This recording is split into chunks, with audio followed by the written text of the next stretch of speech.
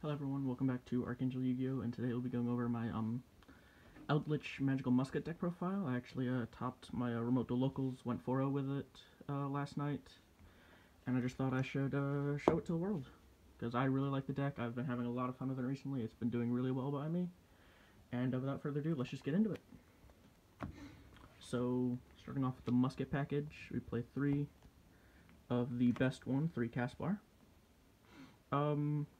Yeah, Caspar, it's just, you activate a spell trap in its column, you get to add a Musket card from deck to hand, and, yeah, it's the best one. You gotta play 3 of it. Next, we play 3 Starfire. Now, some people might say that Starfire is better than Caspar, but yeah, Starfire is better if you have the right hand, like normal summon. If you have Starfire plus 2 Musket spell traps in hand, that's 2 pieces. That's like 3 pieces of disruption right there, because you can Starfire, normal summon, and then when your opponent does something, activate the spell trap, Starfire, special summon Caspar, and then the other spell trap in Caspar's zone, and then you get to search off of Caspar for yet another piece of interruption. But Caspar is just better because if you only draw Caspar plus 1 spell trap, that's 2 interruptions. So you just need a better hand to utilize Starfire properly if you're going first and you want it to be a better card than Caspar. So I just feel like Caspar is better. Moving on, we have 2 Kid Brave. So Kid Brave says they all say you can activate Musket spell traps from hand. I should probably explain what these do. So Caspar lets you add a Musket card from deck to hand. Starfire lets you special a Musket monster from deck in defense. And Kid Brave lets you discard a Musket card to draw 2. So I'm only usually using Kid Brave to discard Musket monsters unless I need that card advantage, because the spell traps are just so powerful. Moving on, we have 1 Calamity. She lets you, when spell trap is activated in her column, you can special summon 1 from grave in defense position. You play her mainly because she's level 4. I mean, the revival effect comes up sometimes, but she's just really another name. Then I play 1 Doc. I've literally never used Doc effect. I only use it as a name. Next, for the Musket spell traps, we play 2 Cross Dom. This card is broken. It just says, if you control a Musket monster, target a face-up monster on the field until the end of this turn, change its attack defense to 0, and also it has effects negated. And you can only activate 1 per turn. That's the same on all of them. But it's just a monster negate that's pretty much a quick play. It's pretty much just imperm, but better, because you can activate it from your hand when you control cards, and it changes their attack and defense to 0. So next we play 2 Last Stand. This is a counter trap that negates spell traps. It's amazing because it's counter trap, and it triggers your muskets as well. So they can't really respond to it with like Warlord Savage or something like that. Next we play 2 Desperado. It's just the pop.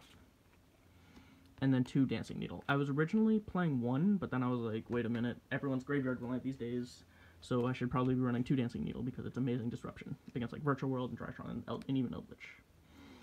So next, moving on to the Eldritch Package. Speaking of Eldritch, I played 2 Golden Lord. Now, the ratio on this has changed a bit. Originally, I was like, oh, I'll just play 3 Golden Lord because I run so many spell traps. And I was like, no, I mean, it's kind of a break if I draw it going first. So I originally cut it down to 1. And then, but everyone knew I was playing 1, so they started setting things in like DD Crow and Called by the Grave just to stop it. And as soon as the 1 Lord got stopped or banished, I didn't have a play. I was relying on the Musket engine, which is not the most powerful engine. By itself, it does need stuff to support it, so I ended up sticking with 2. And it's done really well. Next, we play 3 Cursed Eldland. Like, Cursed Eldland plus Caspar or Starfire is amazing. You feel so good when you draw a hand like that. It's amazing. Next, we play 3 Hook Arrow and 3 Conquistador. Pretty standard. I've seen some people cutting Hook Arrow down to 2, but I just feel like the graveyard's so reliant, and you need the extra spell traps just because, I mean, this deck relies around spell traps, and you get to banish them to set a card in any zone, so you can set them in the Musket zones to trigger their effects. 3 Scarlet, it's the best one, and then 1 White Destiny, just to get extra names in the grind game. I probably would be playing Black Awakening as well, but I don't have one right now. So next for, the next card is probably going to raise a few eyebrows, but I am playing 7 Cities of the Golden Land. It's searchable off the Eldlichs, and you get to choose which column you set it in. So you just go Standby Phase, Scarlet Effect, set 7 cities, and then in this column of your muskets, or if you haven't normal summoned yet, you can normal summon a musket, activate 7 cities, trigger the musket, and boom. And this actually has come up with, because it's the fusion spell and also has a late stage like effect where you can target a set card when a zombie monster is special summoned by a card effect, and that set card can't be used this turn. And that has come up a few times. Moving on to generic stuff, we have 2 Ash Blossom. I would be playing the 3rd, but I couldn't find the room for it. Or, well, I don't have the 3rd as well, because I got rid of it for this deck. 1 Upstart, it's so free to trigger your muskets. 1 Instant Fusion. It's not terrible going first, because you can just make Thousand Eyes and then Link Karibo, and it's really good going second. Now, the next 2 cards are like little stuff I'm trying out, which is Econ and Mind Control. I would be playing 3 Econ and no Instant Fusion, and no Mind Control.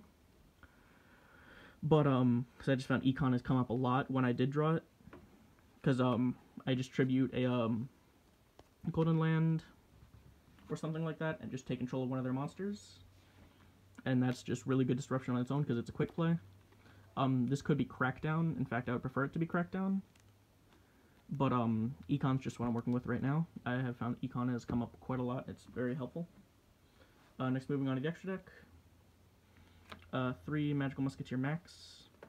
What can I say? It's the best card in the deck. You gotta play 3. 1 Link Spider.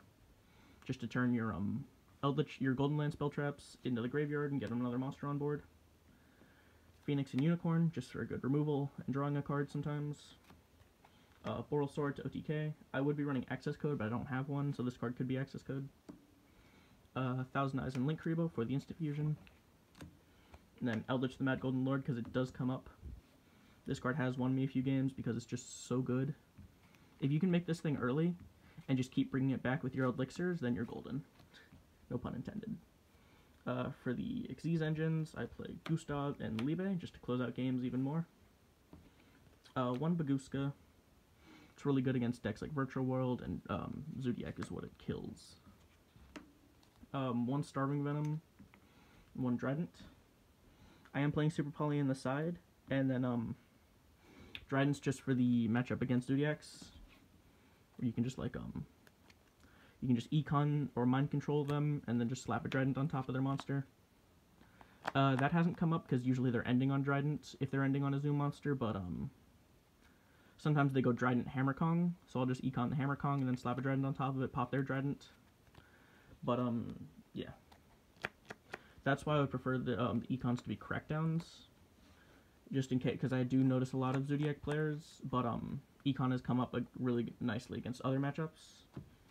Next, moving on to the side deck. 1 Pankratops, it's a good card, you gotta play it. I am side decking Droll. I was originally main decking it, but I found it kind of conflicted with stuff like Caspar. So I decided to cut it to the side deck because it wasn't coming up in all of my matches, but it's a good side deck card. 3 Dark Ruler against combo like Dragon Link or Drytron, stuff like that. Dragoon is a card that this deck struggles against, because as soon as they get it up to like 4K, you don't really have an inane way to out it. So I am side decking 3 Dark Ruler no more for Dragoon decks. Next I have 3 Twin Twisters. This could be Cyclone or whatever you want to get rid of back row. I prefer Twin Twisters just because it pops 2, it discards a Golden Land or an Elixir spell trap to get you even more advantage, and it triggers your muskets. So I would rather have Twin Twisters than Lightning Storm. 1 Feather Duster, 1 Raigeki. Just Feather Duster is a pretty staple right now. Raigeki's okay, like it's come up quite a bit against certain matchups. Like it baits out on a gate, it can trigger your muskets, it's pretty good. It's only good for going second though. 2 Super Poly. Just in case you go up against a dark deck or something like that. That's why I'm siding it. Ideally this could be something else. I kind of threw the extra deck and side deck together last minute after some testing, because I was originally playing Cherries and I found that it literally never came up. So I decided to cut it for more space in the extra deck and side deck. So that's why the side deck's a little weird and the extra deck's a little weird, but I am also running 1 Reboot. And yeah, that's it for the deck. We'll leave a link down to the Remote Duel Locals Discord server that I play in, either in the description or the comment section, and I'll see you all later. You have a good one.